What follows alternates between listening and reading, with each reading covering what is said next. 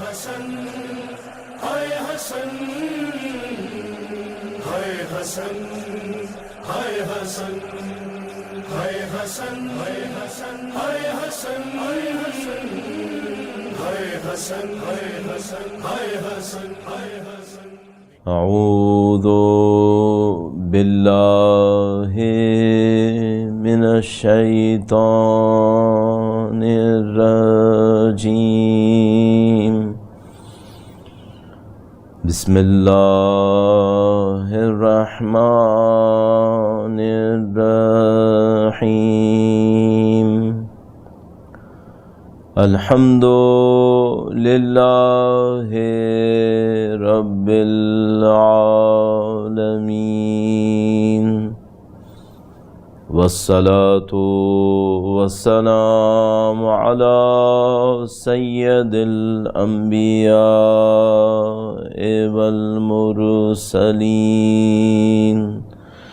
حبیب الہ العالمین ابی القاسم محمد اللہم صلی علی محمد آل محمد وعجل فرجهم وعلى آلہ الطیبین الطاہرین سیما بقیت اللہ فی الارضین قال اللہ تعالی فی کتابہ الکریم بسم اللہ الرحمن الرحیم ام حسبت ان اصحاب الکہف والرقیم كانوا من آیاتنا عجبا. درود بھیجے گا محمد و آل محمد پر. اللہم صلی علی محمد و آل محمد وعجل فرجهم. خدا متعال کا انتہائی احسان ہے، خدا متعال کا انتہائی کرم ہے. اس نے ہمیں نبی اولاد نبی کے ماننے والوں میں سے قرار دیا، قرآن و اہل بیت اطہار علیہ السلام کی ہدایت نصیب کی، ان کی محبت ہمارے دلوں میں قرار دی. بڑا کرم ہے خدا متعال کا، اس نے سید الشہداء کی عزا کا حصہ بننے کی سعادت نصیب فرمائی. اللہ سے دعا کرتے ہیں پروردگار مرتے دموں تک ہمیں اہل بیت اطہار کے بہترین چاہنے والوں میں قرار فرما. قیامت تک ہماری تمام نسلوں کو قرآن و اہل بیت کے وفاداروں جانثاروں میں قرار فرما. انشاءاللہ اسی دنیا کی زندگی میں ان کے وارث کے ظہور کا دن دیکھنا نصیب فرما، ان کی نصرت اور اس راہ میں شہادت نصیب فرما. تمام دعاؤں کی قبولیت کے لیے، امام کے ظہور کی تعجیل کی دعا کے لیے، تجدید بیعت و عہد کے لیے درود بھیجیں محمد و آل محمد پر. اللہم صلی علی محمد آل محمد وعجل فرجهم. دین مبین میں پروردگار عالم نے اپنی اوصاف کو خود بیان فرمایا ہے. اللہ کی یہ اوصاف اس کے اسماء حسنہ کہلاتے ہیں. ہم حقیقت یہ ہے کہ ان اسرار کو نہیں سمجھ پائیں گے کہ اللہ کی ذات کیسی ہے، اس کی جو صفات بیان کی گئی ہیں انہی کو ہم سمجھ لیں اپنی اپنی طاقت اور توانائی کے مطابق، تو یہی ہمارے لیے کافی ہے. ہم جانتے ہیں کہ جو ہم سمجھ رہے ہوں گے اس میں نقص بھی ہوگا، لیکن اس سے زیادہ ہماری طاقت میں نہیں ہوگا. جتنی ہماری توانائی میں ہے اتنی کوشش کریں گے. ایک طرف سے تو یہ مشکل ہے، دوسری طرف سے جو زندگی کا اصلی ہدف ہے وہ انہی اوصاف کو اپنی زندگیوں میں لے کر آنا ہے. یہ کہ خدا متعال نے ہم سب کو عقل اور شعور کے ساتھ خلق فرمایا ہے، ارادے اور اختیار کے ساتھ خلق فرمایا ہے. تو ان تمام نعمتوں کا مقصد کیا؟ تو ہم سب کو معلوم ہے ان تمام نعمتوں کا مقصد الیہ راجعون کا سفر ہے. یہ کہ ہم اپنی تمام تر کوششوں کو استعمال کریں، تمام تر صلاحیتوں کو بروئے کار لائیں، اور جو خدا متعال کی صفات عالیہ بیان ہوئی ہیں، اسماء حسنہ بیان ہوئے ہیں، ان اسماء حسنہ کو اپنی زندگی کے اندر ڈھالیں. اور جو ان اسماء حسنہ میں خدا کے نزدیک ہوتا چلا جائے گا اتنا ہی اس کا قرب بڑھتا چلا جائے گا۔ یہ اصل ہدف ہے، یہ اصل مقصد ہے۔ اس بیچ میں اللہ کے جو نمائندے تشریف لائے، ائمہ اطہار علیہ السلام، انبیاء کرام علیہ السلام، وہ سب کے سب بھی اسی ہدف کو پائے تکمیل تک پہنچانے کے لیے تشریف لاتے رہے۔ تو ہر نبی نے اپنی ذات کے ذریعے سے انسانوں کو ایک مدد دی ہے اسماء حسنہ کے سفر کو طے کرنے میں، اور اللہ نے جب اپنے آخری نبی کو بھیجا تو اس عظیم الشان ہستی کو ارسال فرمایا جو اللہ کے تمام اسماء حسنہ کی بہترین تجلی تھی، مخلوق اول، اللہ کے اسماء کی کامل تجلی، ختمی مرتبت محمد مصطفیٰ صلی اللہ علیہ وآلہ وسلم۔ اللہم صلی علی محمد آل محمد وعجل فرجہم۔ اور نا انصافی اگر انسان نہ کہے کہ اللہ کے نبی نے فرمایا میں اور علی ایک ہی نور سے خلق ہوئے، میں اور علی ایک ہی نور سے خلق ہوئے اور باقی تمام انسان باقی نورانیت سے خلق ہوئے، تو یہ نور عظیم الشان جو اللہ کی وحدانیت کا نور ہے، اس نور سے نبی اور امیر المومنین کی خلقت طیبہ و طاہرہ، اور اس میں اللہ کے نبی کا مقام، آخری نبی کا مقام، اور نبی کی اس ذات کو خدا متعال نے کہا لقد کان لکم فی رسول اللہ اسوۃ حسنہ، تمہارے لیے اللہ کے نبی کی ذات میں بہترین نمونہ عمل موجود ہے۔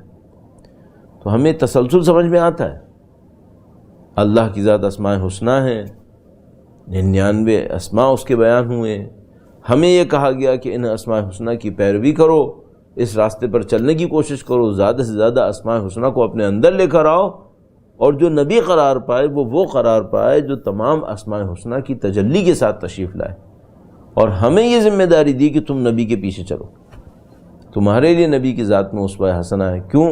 جتنا تم نبی کو فالو کرو گے، جتنا تم نبی کی ذات کے پیچھے چلو گے، اتنا ہی یہ اسماء حسنہ تمہارے اندر ریفلیکٹ ہونا شروع ہو جائیں گے، البتہ اپنی اپنی طاقت، اپنی اپنی توانائی کے حساب سے۔ کوئی اللہ کے نبی سے اتنے فاصلے پر چل رہا ہوگا کہ نہیں معلوم، بس جھلک سی آ رہی ہوگی، اور کوئی اللہ کے نبی کے ایسے ساتھ چل رہا ہوگا کہ جو نبی سنتے تھے وہ سنتے تھے، اور جو نبی دیکھتے تھے وہ دیکھتے تھے۔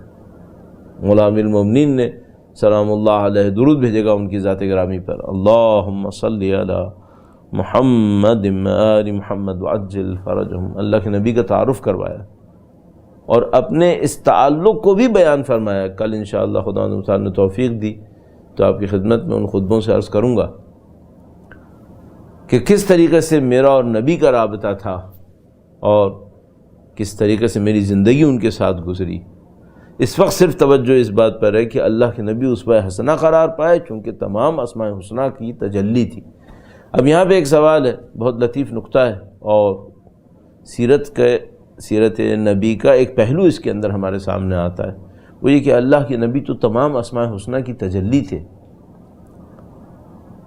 اللہ کی کس صفت کی سب سے بڑی تجلی اللہ کے نبی کی ذات میں ریفلیکٹ تھی؟ اور اس سے بھی بڑھ کر ایک اور سوال ہے، وہ یہ کہ اللہ کے اسماء حسنہ کے اندر بھی کیا کوئی درجہ بندی ہو سکتی ہے؟ اور یہ انتہائی اہم سوال ہے، یہ ہماری زندگی اور ہدف خلقت کو حاصل کرنے میں قربتاً اللہ کے سفر میں انتہائی اہم سوال بنے گا۔ کیا اللہ کے اسماء حسنہ میں کوئی درجہ بندی ہے؟ یعنی کوئی اللہ کی صفت ایسی ہو جو خدا کو خود پسند ہو دوسری صفتوں کے مقابلے میں؟ البتہ یہ سوال عجیب ہے کہ بھئی تمام صفات اللہ کی ہیں اور اللہ کی صفات کے اندر ترجیح کیسے ہو سکتی ہے؟ لیکن کیا یہ ممکن ہے؟ تو ہم کہیں گے ہاں ممکن ہے۔ خداوند متعال نے خود قرآن کریم میں بیان کیا، اللہ علیم ہے، اللہ قدیر ہے، اللہ کا فضل و کرم ہے، اللہ سخی و جواد ہے، خداوند متعال عادل بھی ہے، خداوند متعال قاضی بھی ہے، خداوند متعال جبار بھی ہے، مبیر الظالمین مدرک الہاربین بھی ہے۔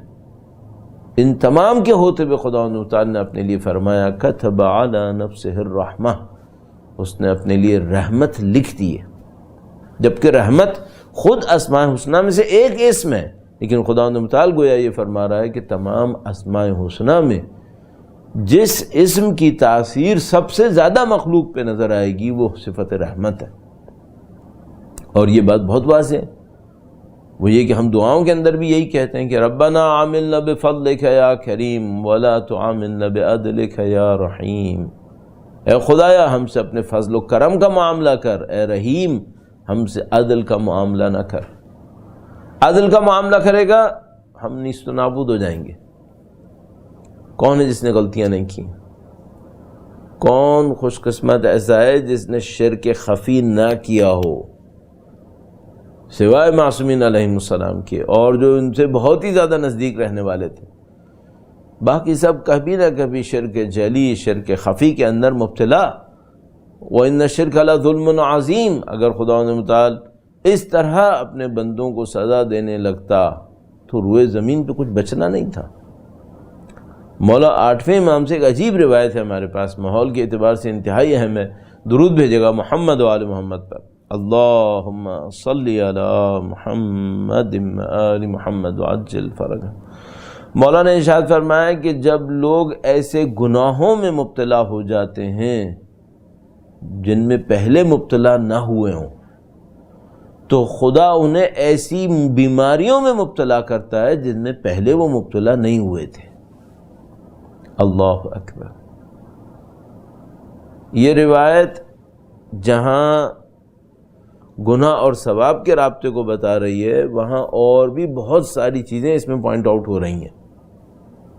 مادی اعتبار سے بھی سمجھ میں آتا ہے کہ بھائی جب ایک مکروہ کرنے سے انسان کے جسم کو کوئی نقصان پہنچتا ہے، اگر انسان کھڑے ہو کر پانی پیے رات کے وقت میں تو جسم کو کوئی نقصان پہنچے گا، اللہ کے نبی کا مستحب ہے، کوئی نہ کوئی وجہ تو ہوگی۔ تو یہ جو خداوند تعالیٰ نے واجبات اور محرمات رکھے ہیں ان میں کوئی سختی نہیں آئے گی۔ تو جب انسانیت گناہوں کی طرف مائل ہو جائے، نئے گناہ کرنے لگے، تو خداوند تعالیٰ عذاب نہ بھی بھیجے تو جسم کے اوپر بیماریاں تو ویسی آ جائیں گی۔ ایسے کام کرنے لگے کہ جو خداوند تعالیٰ نے منع کیا تھا، مکروہات ہوں تو سختی آتی ہے، نہ کہ وہ محرمات کو انجام دینے لگے، تو پھر تو ظاہر ہے طبیعتاً انسان کے جسم بیمار ہونے لگیں گے۔ لیکن اگر قہر الہی بھی شامل ہو گیا پھر تو واویلا ہے۔ اب نہیں معلوم یہ جو کرونا کی بیماری آئی ہے یہ کیا بیماری ہے، آیا خود ساختہ ہے؟ البتہ یہ بھی عرض کرتا چلوں کہ یہ کہ کسی نے بنائی ہو اور یہ کہ خدا نے عذاب کے طور پہ بھیجا ہو، اس میں بھی کوئی وعید نہیں ہے، یہ دونوں باتیں بھی ملتی ہیں۔ اس کی وجہ یہ ہے کہ بہت سارے مکر و فریب کو جو انسان دشمن عناصر انجام دے رہے ہوتے ہیں، انسانیت دشمن عناصر انجام دے رہے ہوتے ہیں، اس کو خداوند تعالیٰ اپنے رحم کے صدقے میں اپنے فضل و کرم سے روک لیتا ہے۔ اور اگر ان اچھے بندوں کے اعمال ختم ہو جائیں جن کے صدقے میں خداوند تعالیٰ ان برائیوں کو روک رہا ہوتا ہے، پھر کیا ہونا ہے؟ تو ضروری نہیں ہے کہ مثال کے طور پر اللہ کا قہر آیا تو وہ آسمان سے کوئی بارش برسے گی جس میں بیماری اتر آئے گی، نہیں، ممکن ہے یہی ہو کہ جو مکر و فریب کر رہے تھے اب ان کے مکر و فریب کو نہیں روکا گیا، جیسا کہ ہمارے سامنے تاریخ میں ہے کہ بھئی جنگ بدر میں خداوند تعالیٰ نے فرشتے نازل کیے، قریش کے مقابلے میں جنگ احد کے اندر وہ فرشتے نہیں آئے، کیوں؟ مسلمانوں نے کوتاہی دکھائی۔ تو یہ عجیب نظام ہے یہاں پر۔ اب اس کے حوالے سے اگر میں عرض کروں تو خداوند تعالیٰ کی کون سی صفت ہے جو حاکم ہے؟ خداوند تعالیٰ کی صفت رحمت ہے جو حاکم ہے۔ یہ جو صفت رحمت حاکم ہے یہ ہر انسان تک کچھ نہ کچھ اثر ڈال رہی ہے، اور اللہ نے اسی صفت رحمت کا مجسم پیکر بنا کر اپنے آخری نبی کو ارسال فرمایا، وَمَا أَرْسَلْنَاكَ إِلَّا رَحْمَةً لِّلْعَالَمِينَ۔ نبی کی ذات پر درود بھیجیں محمد و آل محمد، اللہم صلی علی محمد آل محمد وعجل فرجہ۔ اب میں اور آپ نبی کی اسوہ حسنہ پہ عمل کرنا چاہتے ہیں۔ میں اپنی تکراری بات دوبارہ دہراؤں، اس پہ اکتفا کر لوں کہ کنگھی کر لوں، سیدھے ہاتھ سے پانی پی لوں، ظاہر میں ایک الحمدللہ بھی کہہ لوں، اس پہ اکتفا کر لوں، جیسا کہ آج کل بہت سارے مسلمانوں نے اس پہ اکتفا کر لیا۔ ظاہر ہے کہ یہ کافی نہیں ہے. کیوں کافی نہیں ہے؟ خود خدا کی جو صفت ہے حاکم، وہ رحمت ہے. نبی کی ذات میں جو سب سے بڑی نشانی ہے وہ اللہ کی رحمت ہے. اسوہ حسنہ وہ میں کروں صرف لفظ میں تو حق کہاں سے ادا ہوگا؟ خدا نے رحمت للعالمین بنا کر بھیجا ہے، تو اگر میرے لیے نبی کی ذات میں اسوہ حسنہ ہے تو سب سے بڑا اسوہ حسنہ کس صفت میں ہے؟ صفت رحمت کے اندر ہے. اس کا مطلب کیا ہے؟ اس کا مطلب یہ ہے کہ اگر کسی نے نبی کے پیچھے چلنا ہے تو اگر گھٹنیوں بھی چلنا ہے نا تو اس کو صفت رحمت اپنے اندر لانی پڑے گی. اس کے بغیر وہ گھٹنیوں بھی نہیں چل رہا ہوگا، وہ صرف اپنے آپ کو دھوکہ دے رہا ہوگا. تو مثال کے طور پر اگر میں ایک مسلمان کو دیکھوں سر سے پاؤں تک گویا ظاہری طور پر صفت نبوی کے اندر ہے، اس نے اس نبی کی سیرت کو اختیار کیا ہوا ہے. مثلا ایسے ہی میں عرض کر رہا ہوں کہ مثلا جیسے نبی کے بال تھے ویسے اس کے بال ہیں، جیسے نبی کا لباس تھا ویسا اس کا لباس ہے. جو نبی نے ظاہری ارشاد فرمائے تھے وہ سب اس نے کیے ہوئے ہیں، لیکن اندر سے رحم نہیں ہے. تو اسے میں کیا کہوں گا؟ یہ نبی کی اسوہ پہ عمل کر رہا ہے؟ نہیں. میں کہوں گا تم دھیلے بھی اس کے اوپر عمل نہیں کر رہے، ایک سکے کے برابر بھی عمل نہیں کر رہے. کیوں؟ روح نبوی رحمت ہے، ان کی روح کے اندر رحمت ہے. تو سب سے پہلا کام کیا کرنا پڑے گا؟ اس صفت کو اپنے اندر لانا پڑے گا. اب اگر آپ اس صفت کی بات کریں تو نبی کی زندگی کے جتنے واقعات آپ کے پاس ہیں، ایک تو ہم لوگوں کے ساتھ مشکل یہ ہے کہ ہمارے پاس جو معصومین کی زندگی سے معلومات موجود ہیں وہ چند واقعات ہیں، اس سے زیادہ نہیں ہے. اور کچھ معصومین سے تو شاید وہ چند واقعات بھی ہمارے پاس نہ ہوں. معمولاً جو عوام اور لوگوں کی حالت ہے وہ میں عرض کر رہا ہوں. تو بہرحال جتنا کچھ آپ کے ذہن میں اللہ کے نبی کی زندگی سے ہے اس سب کو جمع کریں اور اس صفت رحمت کو ڈھونڈنا شروع کر دیں، تو آپ کو نظر آئے گا، مجھے اور آپ کو بہت آسانی سے پہلے مرحلے میں نظر آ جائے گا کہ اللہ کے نبی کی ذات اس رحمت سے ہٹ کے کچھ ہے ہی نہیں. یعنی اپنی زندگی کے ذرے ذرے کے ذریعے سے وہ ہمیں یہی پیغام دے رہے ہیں. اب میں جو ان کی ذات پہ عمل کرنے کے لیے موظف ہوں، اسوہ حسنہ نبی کی ذات میرے لیے قرار پاتی ہے، میں کہاں سے شروع کروں؟ تو میں آپ کی خدمت میں طالب علم ہونے کے ناطے عرض کروں گا وہ یہ کہ آپ کسی بھی نبی کی سنت پہ عمل کرنا چاہیں سب سے پہلے اس کو دیکھ لیجئے گا. اب اس کو بھی مختلف کیٹیگریز میں آپ رکھ سکتے ہیں. نبی کی ذات رحمت ہے انسانوں کے لیے، نبی کی ذات رحمت ہے جانوروں کے لیے، نبی کی ذات رحمت ہے پودوں درختوں کے لیے. یا اللہ، اللہ کا نظام تو بہت عجیب ہے. ان من شیء الا یسبح بحمدہ ولکن لا تفقہون تسبیحہم. کائنات میں کوئی چیز ایسی نہیں ہے جو اللہ کی تسبیح نہ کرتی ہو، لیکن تم ان کی تسبیح سمجھ نہیں سکتے.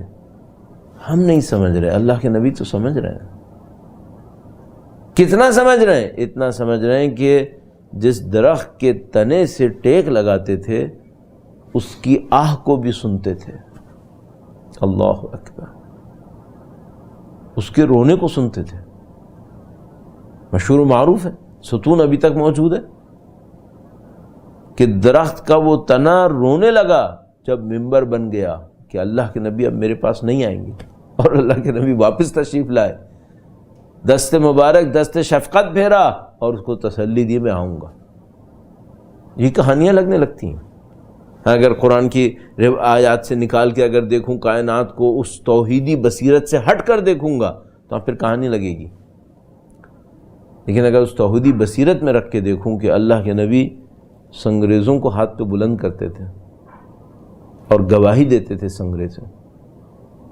یہ نہیں تھا کہ اللہ کے نبی نے اس وقت ان کو زندہ کر دیا اور کہا گواہی دے دو، نہیں، یہ ہمیشہ گواہی دے رہے ہیں. دیکھنے کی طاقت نہیں تھی، اس موقع پہ دکھا دیا. یہ اللہ کے نبی کی ذات اور رحمت ہے. تو اگر اس کو آپ نے ڈھونڈنا ہے، ایک واقعہ آپ کی خدمت میں عرض کرتا ہوں اور اس سے ایک درس حاصل کرتے ہیں انشاءاللہ. خدا تعالی مدد فرمائے. درود بھیجے گا محمد و آل محمد پر. اللہم صلی علی محمد آل محمد وعجل فرجہم. اور ایک اس واقعے کو سنتے ہوئے ایک بات اپنے ذہن میں سوچئے گا، وہ کہ اللہ کے نبی مجھ سے کیسی رحمت چاہتے ہیں. وہ رحمت میرے اندر کس انداز میں نظر آئے، اس کو ذرا سوچیے گا۔ اللہ کے نبی کہیں تشریف لے جاتے ہیں کسی علاقے کے اندر، گویا کسی ایسی جگہ گئے ہیں جہاں کم جاتے ہیں۔ بعض جگہیں تو ظاہر ایسی تھیں جہاں اللہ کے نبی ہر روز جاتے ہوں گے، بعض جگہیں ایسی ہوتی ہوں گی جہاں کم جانا ہوتا ہوگا، تھوڑا فاصلہ ہوتا ہوگا۔ تو کسی ایسی جگہ پہ گئے جہاں پہ کم جاتے تھے، جب وہاں پہ داخل ہوئے تو ایک بندہ خدا تھا، وہ گویا مسجد تھی یا کوئی کمرہ تھا، اس کے پیچھے بیٹھا تھا کہیں کسی کونے میں۔ اللہ کے نبی داخل ہوئے، سب لوگ آگے آئے، اللہ کے نبی سے ملے، دعائیں لیں، وہ بندہ خدا پیچھے رہا۔ اور اللہ کے نبی نے دیکھا کہ تھوڑا خوف زدہ ہے۔ اب وہ جو میں نے پہلے بھی شاید آپ کی خدمت میں عرض کیا تھا، اللہ کے نبی یہ برداشت نہیں کر پاتے تھے کہ کوئی مشکل میں ہو اور وہ مدد کو نہ جائیں، یہ ان لوگوں کی سنت ہے۔ اہل بیت اطہار بھی ایسے ہی تھے۔ جیسے ہی دیکھا کہ یہ بندہ خدا نزدیک نہیں آیا، اللہ کے نبی خود تشریف لے گئے اور اس سے حال احوال پوچھا، گویا اس سے یہ سوال بھی کیا کہ تم آگے کیوں نہیں آئے؟ اس نے کہا، اے اللہ کے نبی، میں جاہل آدمی ہوں، میں بے ادب انسان ہوں، مجھے محفلوں کے آداب نہیں آتے، آپ اللہ کے آخری نبی ہیں، آپ کا رتبہ ہے، آپ کی منزلت ہے۔ میں نادان آدمی ڈر گیا کہ اگر میں آپ کی طرف گیا اور مجھ سے کوئی غلطی ہو گئی جو آپ کی شایان شان نہیں ہوئی تو خدا مجھے عذاب کر دے گا، خدا میرے تمام اعمال ختم کر دے گا۔ اللہ کے نبی نے جو یہ سنا تو فوراً اسے گلے سے لگا لیا، اپنے گلے سے لگایا اور اس سے کہا کہ تم نے کبھی سنا ہے کہ خدا نے میری وجہ سے سزا دی ہو؟ میں نے کبھی کسی کو سزا دی اس طرح؟ فرمایا، میں رحمت بنا کے بھیجا گیا ہوں، میں کسی کو سزائیں اس طرح دینے نہیں آیا۔ اتنا خوش دلی سے پیش آئے اللہ کے نبی۔ 1400 سال پہلے کی یہ سنتیں آج کی دنیا میں بھی بے مثال ہیں۔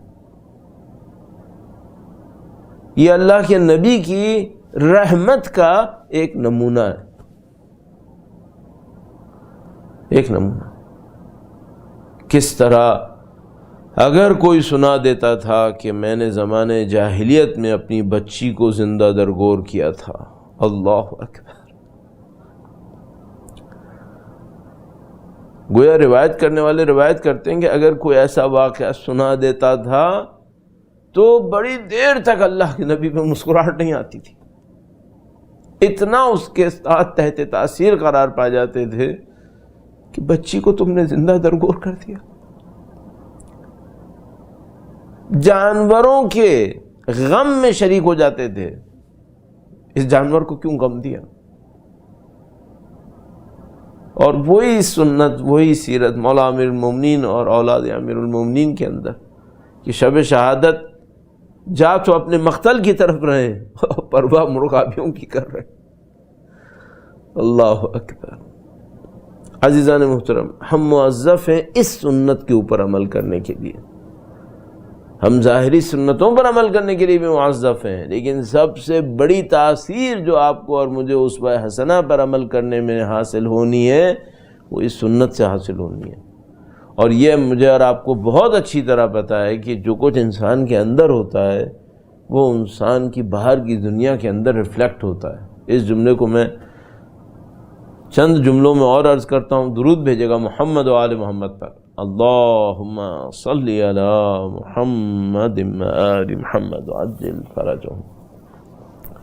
یہ جو دنیا ہے جس میں میں اور آپ زندگی گزار رہے ہیں، یہ دنیا مزاحمت کی دنیا ہے۔ مزاحمت کیا ہے؟ اللہ تو چاہتا ہے کہ عدل ہو، لیکن انسانوں کے اندر کچھ انسان ایسے ہیں جن میں عدل کی خواہش نہیں ہے۔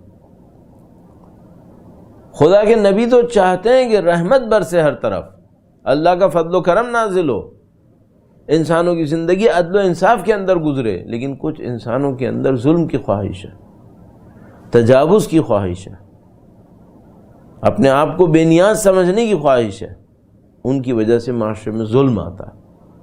تو تزاحم یہاں پر ہے. خدا تو یہ چاہ رہا تھا لیکن اس نے انسان کو آزادی بھی دی تھی، اختیار بھی دیا تھا. اس آزادی اور اختیار کے نتیجے میں کچھ لوگ یزید بن گئے، کچھ لوگ امثال یزید بن گئے، کچھ لوگ درندے وحشی بن گئے، کچھ لوگ کیڑے مکوڑے بن گئے، اور ان کی وجہ سے دنیا ایسی ہو گئی. تو یہ دنیا مزاحمت کی دنیا ہے. اس دنیا سے نکل جائے نا تو جو میرے اور آپ کے اندر ہے وہی ہمیں نصیب ہو جائے گا. اور یہ ایک لحاظ سے بہت اچھا ہے مومن کے لیے. بہت خطرناک ہے جس کی زندگی میں غلطیاں ہیں. کیوں؟ اگر خدا نہ کرے نعوذ باللہ تعالی میرے نفس کے اندر ظلم کی کوئی خواہش ہے، یہ خواہش وہاں مجسم بن جائے گی، اور وہ جو ظلم میں دوسروں پہ کرنا چاہ رہا ہوں نا وہ میرے اوپر ہوگا، اور مجھے پتا ہوگا کہ یہ میری ایجاد ہے. تو اگر مجھے اپنی برزخ کو اچھا کرنا ہے تو کیا کروں؟ اپنے اندر کو اچھا کروں. اپنے اندر کو اچھا کروں تو کیسے کروں؟ اللہ کے نبی کی سنت پہ عمل کرو. اللہ کے نبی رحمت تھے، تم رحمت بن جاؤ.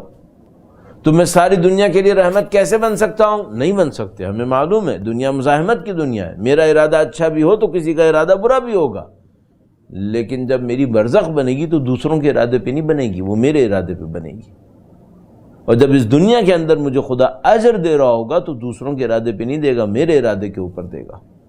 تو اگر میں دوسروں کے لیے رحمت بن گیا الحمدللہ رب العالمین، میرا کوئی مسئلہ نہیں ہوگا. لا یضرکم من ضل اذا اہتدیتم، اگر تم ہدایت پا جاؤ تو کوئی گمراہ تمہیں نقصان نہیں پہنچا سکتا. قرآن کریم نے وعدہ کیا. تو میں کیا کروں؟ اس رحمت للعالمین کے راستے پر چلوں. تو عزیزو میں اور آپ اپنی زندگی میں کیسے اس پہ عمل کریں؟ چند پوائنٹس عرض کرنے کی جسارت کروں گا. اللہ سے دعا کرتے ہیں خدا ہمیں اس پہ عمل کرنے کی سعادت نصیب فرمائے انشاءاللہ. درود بھیجے گا محمد و آل محمد پر. اللہم صلی علی محمد و آل محمد وعجل فرجہم. بہت سادہ سا کام کر لیتے ہیں، وہ یہ ہے کہ اپنے بیہیویئر کے اوپر نظر ثانی کر لیتے ہیں اور یہ دیکھتے ہیں کہ اگر میں یہاں پر اللہ کے نبی کی طرح رحمت بننے کی کوشش کروں، اس رحمت کے ناطے مجھے کیا کرنا چاہیے. مثلا آپ اپنے گھر کے اندر ہیں، آپ کے بچے ہیں، آپ کی فیملی ہے، آپ کے ہمسائے ہیں، اور آپ اور میں چاہتے ہیں اللہ کے نبی کی اس روایت پہ عمل کریں. تو کم از کم کام جو میں رحمت بننے کے لیے کر سکتا ہوں وہ کیا کر سکتا ہوں؟ میں کم از کم سے شروع کروں تو میں کہوں گا بھائی کم سے کم یہ کرو کہ دوسروں کے لیے زحمت نہیں بنو. کچھ دے نہیں سکتے تو کچھ صدمہ تو مت دو، کوئی غم تو مت دو. یہاں سے شروع کروں. وہ یہ کہ بھائی کم سے کم کام یہ کروں کہ دوسروں کو میری وجہ سے کوئی تکلیف نہ ہو. یہ تو کر سکتا ہوں نا. ممکن ہے میں کیوں عرض کر رہا ہوں؟ میں اس لیے عرض کر رہا ہوں ممکن ہے میں کسی کو کہوں کہ بھائی تم اپنے ہمسائے کے لیے یہ کرو، تو وہ جواب میں کیا کہ مولانا یہاں تو مثلا امریکہ ہے اور یہ کیلیفورنیا ہے اور یہاں پہ تو اگر آپ کسی کو کچھ کریں گے تو پلٹ کے کچھ اور کرے گا. میرا خیال ہے کہ ایسا نہیں ہوگا. سب انسان ہوتے ہیں اور آپ انسان کے ساتھ اچھی طرح پیش آئیں گے تو کیوں انسان آپ کے ساتھ برائی کرے گا. لیکن فرضاً اگر کوئی یہ کہے تو بھائی میں کم از کم یہ کہوں گا کہ تم کم از کم یہ کرو، دوسروں کے لیے زحمت تو نہ بنو. اور ممکن ہے کہ کوئی یہ کہے کہ بھائی یہ تو سول سوسائٹی نہیں، یہاں تو آپ زحمت بنیں گے تو ویسے ہی پولیس آپ کو پکڑ لے گی. میں اس سے بڑی بات کرنا چاہ رہا ہوں، میں اس سے تھوڑا سا بڑھ کے عرض کرنا چاہ رہا ہوں. وہ کیا ہے؟ اپنے گھر کے اندر اگر سب گھروں کے اندر واقعاً ایک دوسرے کے لیے رحمتیں ہوں تو یہ طلاقیں ہوں گی کیا؟ یہ جو خاندانی تعلقات میں آگ لگی ہوئی ہے اس وقت، یہ آگ لگی ہوئی ہوگی اگر ہم رحمت ہوں ایک دوسرے کے لیے. اگر ہم واقعاً رحمت ہوں، بچے اپنے ماں باپ کے لیے اور ماں باپ اپنے بچوں کے لیے، تو یہ تعلقات یہاں پہ ہوں گے. ظاہر ہے کہ ایسا نہیں ہوگا. یہ سب ہوا اس لیے کہ ہم نے اپنے اندر سے وہ جو رحیم ہونے کا چیپٹر تھا وہ کم کر دیا اور بعض نے بالکل بند کر دیا. اس کے مقابلے میں کیا تھا؟ اس کے مقابلے میں تھا خود پسندی. خود غرضی. جیسے آپ اور میں خود پسندی اور خود غرضی کے فریم کے اندر آتے ہیں، بس یہ سمجھ لیجئے بیریئرز بننا شروع ہو گئے، رکاوٹیں بننا شروع ہو گئیں، اور اس سے تھوڑا سا اور آگے نکل جاتے ہیں. تو پہلے ایسا لگتا ہے کہ بس میں اپنے لیے سوچوں، پھر جب میں اپنے لیے ہی سوچنا شروع کرتا ہوں تو پھر دوسروں کی ویلیو ختم ہونا شروع ہو جاتی ہے. تو پھر آہستہ آہستہ کیا ہوتا ہے، آہستہ آہستہ نعوذ باللہ تعالیٰ ان کی تحقیر شروع ہو جاتی ہے. ان کے لیے میرا انداز حقارت پہ مبنی شروع ہو جاتا ہے. اور اگر خدا نہ کرے نعوذ باللہ تعالیٰ میں کسی ایسی سوسائٹی میں تھا جہاں پر اسٹینڈرڈ ہی پیسہ ہو، اسٹینڈرڈ ہی طاقت ہو، باقی تو لفاظی چلتی ہے کہ ہم سب ہیومن رائٹس ہیں اور ہم یہ ہیں اور ہم وہ ہیں، ہم سب ایک دوسرے کو مساوی نظر سے دیکھتے ہیں، ایسا ہو نہیں رہا ہے. یہیں امریکہ میں ایک دفعہ ایک شہر کا نام نہیں لینا چاہوں گا، وہاں پہ میں گیا تو وہاں پر ہمارے جو دوست احباب معمولاً کرتے ہیں، کہتے ہیں ہمارے ہاں یہ ہوتا ہے، ہمارے ہاں یہ ہوتا ہے، ہمارے یہاں بہت ہیومن رائٹس ہے اور ہمارے یہاں احترام ہے اور یہ اور وہ ہے. تو میں نے ان سے ایک کہا، نہیں بھائی برا نہیں مانیے گا، مجھے صرف اتنا بتا دیجئے کہ آپ کے سینٹر میں جو بہت زیادہ ڈونیشن دیتا ہے، اگر اس کے کسی لواحقین کا انتقال ہوتا ہے تو سینٹر ساری تیاریاں اسی طرح کرتا ہے جیسے کسی اننون انسان کا انتقال ہوتا ہے. تو انہوں نے کہا کہ نہیں مولانا، اگر کوئی ہیوی ڈونیشن دینے والا ہوتا ہے تو اس کی ایک ایک چیز کا ہمیں خود خیال کرنا پڑتا ہے جو عہدیدار ہوتے ہیں. باقیوں میں ہم اتنا آگے نہیں جاتے. تو یہ اسٹینڈرڈز کے ڈفرینس ہیں یا نہیں ہیں؟ آپ کچھ بھی کہیں یہ ہیں. اور یہ کس بنیاد پر ہیں؟ ظاہر اس ڈونیشن کی بنیاد پر ہیں.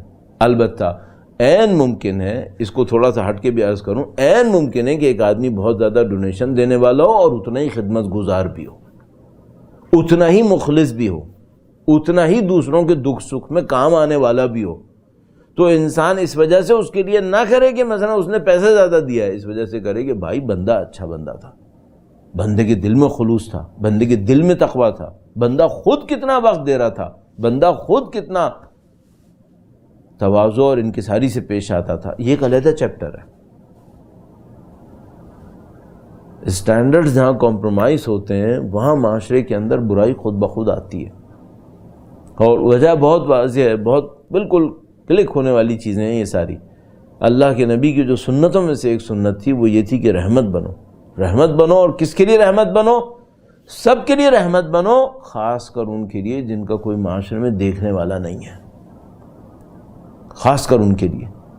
تو مثال کے طور پر اگر اللہ کے نبی کے سامنے دو آدمی آتے تھے اور ایک آدمی وہ ہے کہ جو بہت پرومیننٹ ہے اور ایک وہ ہے جس کی طرف زیادہ توجہ نہیں ہے، تو اللہ کے نبی کیا کرتے تھے؟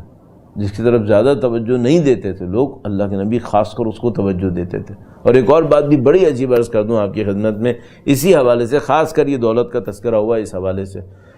اگر کبھی اللہ کے نبی سے کوئی یہ کہتا تھا، روایت موجود ہے ہمارے پاس، اللہ کے نبی سے کوئی یہ کہتا تھا کہ اے اللہ کے نبی دعا کریں کہ میں پیسے والا ہو جاؤں، تو اللہ کے نبی کہتے تھے اس میں کیا برائی ہے کہ پیسہ نہ ہو، ایسے ہی رہو. مشہور واقعہ ہے ہمارے پاس کہ مثال کے طور پر ایک بندہ آیا اور اس نے کہا کہ اے اللہ کے نبی میں غریب ہوں اور میرے پاس کچھ نہیں ہے، میں نادار ہوں، اور میں دیکھتا ہوں کہ جن کے پاس پیسہ ہوتا ہے وہ اتنے اچھے اچھے کام کرتے ہیں، زکوٰۃ دیتے ہیں، غریبوں کے کام آتے ہیں، اور نہیں معلوم کیا کچھ اچھے اچھے کام کرتے ہیں. اے اللہ کے نبی دعا کریں میں پیسے والا ہو جاؤں. اللہ کے نبی نے فرمایا نہیں، ایسے ہی رہو بہتر ہے. اصرار کہ نہیں اللہ کے نبی دعا کریں. فرمایا دیکھو جس کم کا تم شکر بجا لاتے رہو وہ بہتر ہے اس کثیر سے جس کا تم شکر نہ کر سکو. ایسے ہی رہو، اصرار. اللہ کے نبی نے پھر اتنا عجیب ایک جملہ فرمایا، شاید اس کے بعد تو اس آدمی کی زبان بند ہو جانی چاہیے تھی اگر تھوڑا سا بھی عقل مند ہوتا. اللہ کے نبی نے کہا کیا تم پسند نہیں کرتے کہ تمہیں انبیاء کی حالت میں رکھا جائے؟ انبیاء میں کون سا ایسا تھا جو دولت مند تھا؟ انبیاء معمولاً غرباء میں سے تھے. تو تم کیوں اپنے آپ کو اس حالت سے علیحدہ کر رہے ہو جو انبیاء کی حالت تھی؟ اتنا بڑا جملہ فرمایا. پھر بھی اصرار کہ نہیں آئے اللہ کے نبی مجھے پیسہ مل جائے. اللہ کے نبی نے کہا جاؤ اللہ دے دے. اینڈ کیا ہوا؟ اینڈ یہ ہوا کہ جب وہ بالکل غائب ہو گیا، زکوٰۃ دینے کے لیے کسی کو بھیجا تو اس کو بھی بھگا دیا. تو اللہ کے نبی نے کہا بدبختی ہو تیرے اوپر فلانی، بدبختی ہو تیرے اوپر فلانی۔ اللہ کے نبی نے خود فرمایا شخص تیرے اوپر بدبختی۔ کیوں؟ اتنا سمجھایا تھا، پھر بھی تم نے اسی مادی معیار کے اوپر اپنی زندگی رکھی اور نہیں راضی کر پائے اپنے آپ کو۔ عزیزان محترم، مجھے ڈر یہ ہے کہیں ایسا نہ ہو کہ ہم میں سے بہت سارے لوگوں کے ساتھ یہی ہو گیا ہو۔ ڈر یہ ہے کہ کہیں ایسا نہ ہو کہ ہم لوگوں نے اپنی زندگیوں کے اندر یہی مانگا ہو کہ اللہ کے نبی ایسا ہو جائے ایسا ہو جائے، اور جس طرح اس آدمی کو اللہ کے نبی نے کہا آخر کار کہا چاؤ ٹھیک ہے ہو گیا، کہیں ایسا نہ ہو ہمارے ساتھ بھی یہی ہو جائے کہ ہمارے دلوں کے اندر اتنی زیادہ دولت کی اور طاقت کی خواہش ہو کہ اللہ کے نبی ہم سے بھی کہو کہ ٹھیک ہے جاؤ پھر بھگتو اس کو۔ اور کتنی فیملیز تو بھگت رہی ہیں، ہم سب جانتے ہیں کہ بھگت رہے ہیں، اپنی آنکھوں سے دیکھ رہے ہیں کہ ہاتھ سے نکل گئے، لیکن کچھ نہیں ہو سکتا، جس پٹری پہ چڑھ گئے وہ چڑھ گئے۔ تو واپس آتے ہیں موضوع کی طرف، درود بھیجے گا محمد و آل محمد پر، اللہم صلی علی محمد و آل محمد وعجل فرجہم، لقد کان لکم فی رسول اللہ اسوۃ حسنہ، تمہارے لیے اللہ کے نبی کی ذات میں بہترین نمونہ عمل موجود ہے۔ کن چیزوں کے اندر؟ نہ صرف ظاہر کے اندر، تھوڑا سا گہرائی میں جاؤ، نہ صرف جسمانی کاموں کے اندر جو بہت اہم ہیں اور انجام دینے جانے چاہیے، لیکن ان کے پیچھے کسی فکر کے اوپر جاؤ، جیسا کہ دعائے سفر کے اندر عرض ہوا، ایک فکر ہے اس کے پیچھے، اس فکر تک جاؤ۔ اور آج ہم نے اس فکر کی ایک گہرائی اور حاصل کرنے کی کوشش کی کہ جو نبی کی ذات میں سب سے اہم اسوہ حسنہ ہے وہ نبی کا رحمت ہونا ہے۔ اس کو اپنی زندگی میں کیسے لائیں؟ اس کے لیے عرض کیا کہ بھائی دیکھو، سب سے پہلا کام یہ کرو کہ زحمت نہ بننا، پہلا اسٹیپ۔ دوسرا اسٹیپ کیا ہے؟ دوسرا اسٹیپ یہ ہے کہ اپنے ہر بیہیویئر کے اندر یہ چیک کرو کہ اگر میری طرف سے کوئی چھوٹی سی بھی رحمت کسی تک پہنچنی ہو تو مجھے کیا کرنا چاہیے۔ ہمارے یہاں اردو میں ایک محاورہ ہے، کہتے ہیں کہ انگلی کٹا کر شہیدوں میں نام شامل کروانا، اس طرح کا ایک محاورہ استعمال کرتے ہیں۔ تو میں کہ آج کے حالات کو دیکھ کے عرض کرتا ہوں کہ انگلی کٹانا تو دور کی بات ہے، پورا کٹا کر ہی شامل ہو جاؤ، یہ بھی بڑی بات ہے۔ تو میں کیا کروں؟ رحمت للعالمین کی سیرت پہ چلتے ہوئے اتنا سا کر لوں کہ بھئی اگر مجھے کوئی کیس نظر آیا ہے، کوئی معاملہ نظر آیا ہے، تھوڑا سا بھی اگر میں ساتھ دے دوں تو مجھے کیا کر لینا چاہیے، تھوڑا سا بہتر بیہیویئر دکھاؤں تو مجھے کیا کرنا چاہیے، تھوڑا سا ہی بہتر کر لیں۔ کیوں؟ یہ تھوڑا تھوڑا ہی بہتر ہوتا چلا گیا تو پھر میں اور آپ اللہ کے نبی کے راستے پر خود بخود چلنا شروع ہو جائیں گے۔ ایک بات مجھے سمجھ میں آتی ہے، وہ یہ کہ خداوند متعال نے قرآن کریم میں ارشاد فرمایا ان الحسنات یذہبن السیئات، اچھائیاں برائیوں کو ختم کر دیتی ہیں۔ تو ایک بات سمجھ میں آتی ہے کہ اگر کوئی انسان تھوڑا سا پہلو ہی اپنے اندر رحمت للعالمین کے شباہت میں ایجاد کر لے تو نہیں معلوم کہ جو تھوڑی سی شباہت اس نے ایجاد کی ہے خدا کتنی چیزوں میں اس کو نبی کی شباہت نصیب کر دے گا۔ تو مثال کے طور پر میں نے تھوڑی سی کوشش کی، آپ نے تھوڑی سی کوشش کی کہ بھائی میں رحمت للعالمین کے کم از کم سائے کے اندر آ جاؤں، تو پتہ نہیں خداوند متعال کی طرف سے کون سا علم ملنا شروع ہو جائے، خداوند متعال کی طرف سے سچائی میں سے کچھ ملنا شروع ہو جائے، خداوند متعال کی طرف سے عدل میں سے کچھ ملنا شروع ہو جائے، اسی حساب سے میں عادل بننا شروع ہو جاؤں۔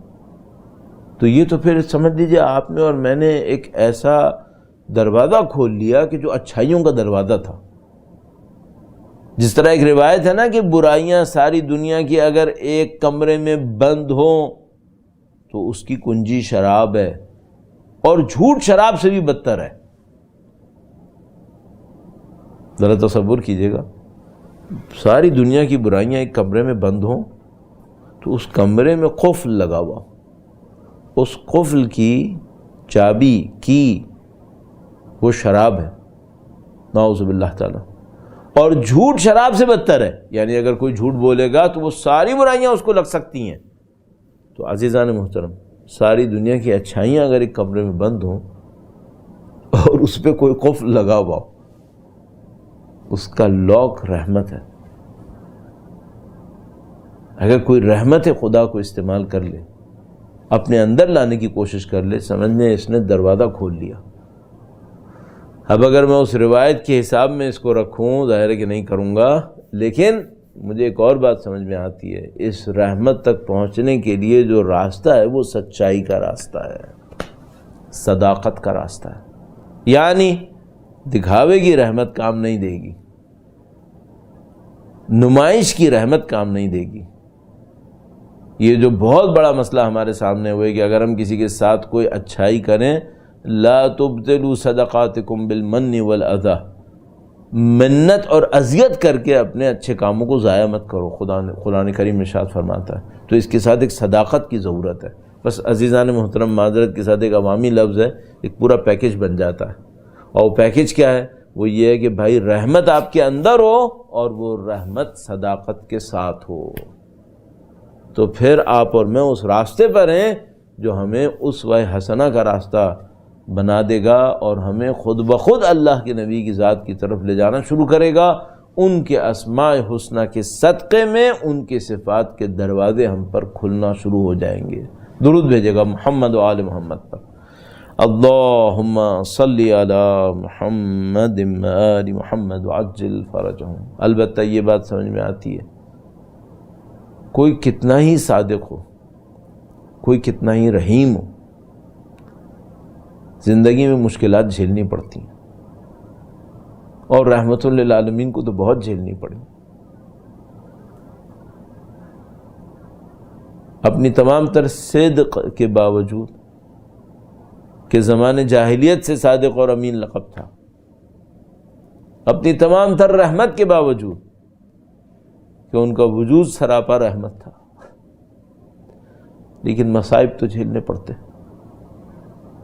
لہذا طائف تشریف لے گئے تو بچوں نے اتنے پتھر مارے، اللہ کے نبی کا وجود مقدس لہو لہان ہو گیا۔ وہ رحمت للعالمین صبر کرتے رہے، قوم کو بد دعا نہیں دی، یہاں تک کہ ایک وقت آیا کہ طائف کے یہی قبیلے مسلمان ہو گئے، لیکن نبی کو تو صبر کرنا پڑا۔ نبی کی اولاد طاہرہ بھی ایسے ہی، نبی کے جانشین بھی ایسے ہی، نبی رحمت للعالمین، انا وعلی من نور واحد، میں اور علی ایک ہی نور سے ہیں، تو یہ علی امیر المومنین کی ذات رحمت للعالمین کا نفس قرار پا رہی ہے۔ کتنے امتحانات گزارے، اللہ اکبر۔ خصال شیخ صدوق کے اندر جب کسی یہودی نے آ کر پوچھا کہ امتحان کتنے گزارنے ہوتے ہیں، تو مولا نے ایک ایک امتحان بتایا، یہ امتحان گزارنا پڑتا ہے، یہ امتحان۔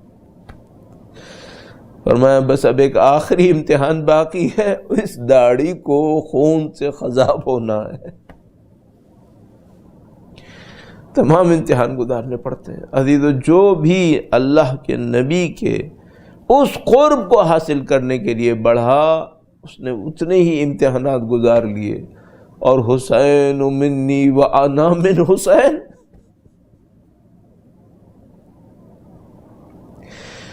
نبی رحمت للعالمین مولا امیر المومنین، ان کی اولاد طاہرہ، اس نبی کی جانشین، اسی رحمت للعالمین کے مظاہر کے ساتھ۔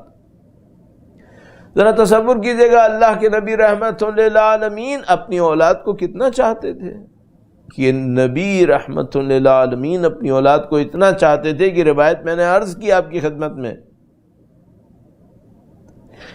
امیر المومنین کی اولاد طاہرہ اپنی اولاد کو کتنی چاہتے تھے، مولا سید الشہداء اپنی اولاد کو کتنا چاہتے تھے۔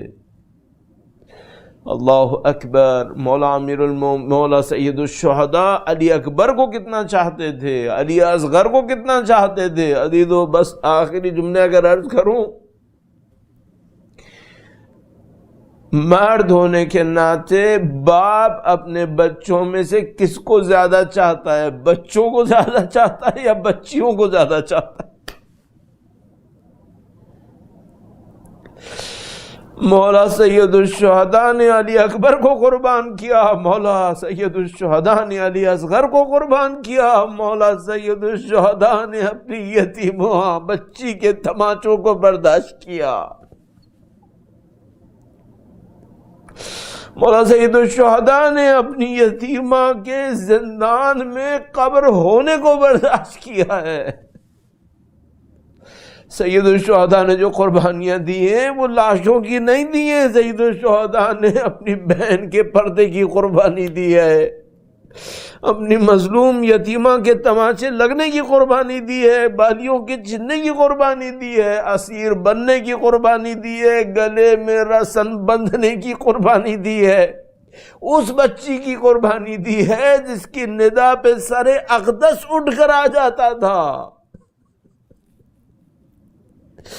نبی نے اللہ کی محبت میں سید الشہداء نے ان تمام قربانیوں کو برداشت کر لیا، اور ایک موقع آیا جب بی بی زینب کبریٰ سلام اللہ علیہا مولا سید الشہداء کے چہلم کے دن روضے پر پہنچی ہیں، تو مجھے یقین ہے کہ جو بی بی نے جملے ارشاد فرمائے اس میں یہ ہوگا کہ بھیا آپ کی امانت بہن نہیں لا سکی ہے، آپ کی بچے ابھی بھی زندان میں محبوس ہے۔ الا لعنۃ اللہ علی القوم الظالمین وسیعلم الذین ظلموا ای منقلب ینقلبون۔ پروردگار تجھے واسطہ نبی اولاد نبی کا اس قلیل کو اپنی بارگاہ میں قبول فرما، ان کی نورانیت سے ہمارے مرحومین کو منور فرما۔ اے پاک پروردگار ہمیں و مرحومین کو اہل بیت اطہار کی شفاعت نصیب فرما، ان کے مصائب کے صدقے میں ان کے وارث کے ظہور میں تعجیل فرما، وقت کے امام کے نام کے صدقے میں ہمارے بیماروں کو شفا نصیب فرما، امن و سلامتی و سکون زندوں پہ نازل فرما، خدایا معاشرے کو فتنہ و فساد سے محفوظ فرما، امام وقت کی نصرت کی سعادت اور اس راہ میں شہادت نصیب فرما۔ ماتم حسین۔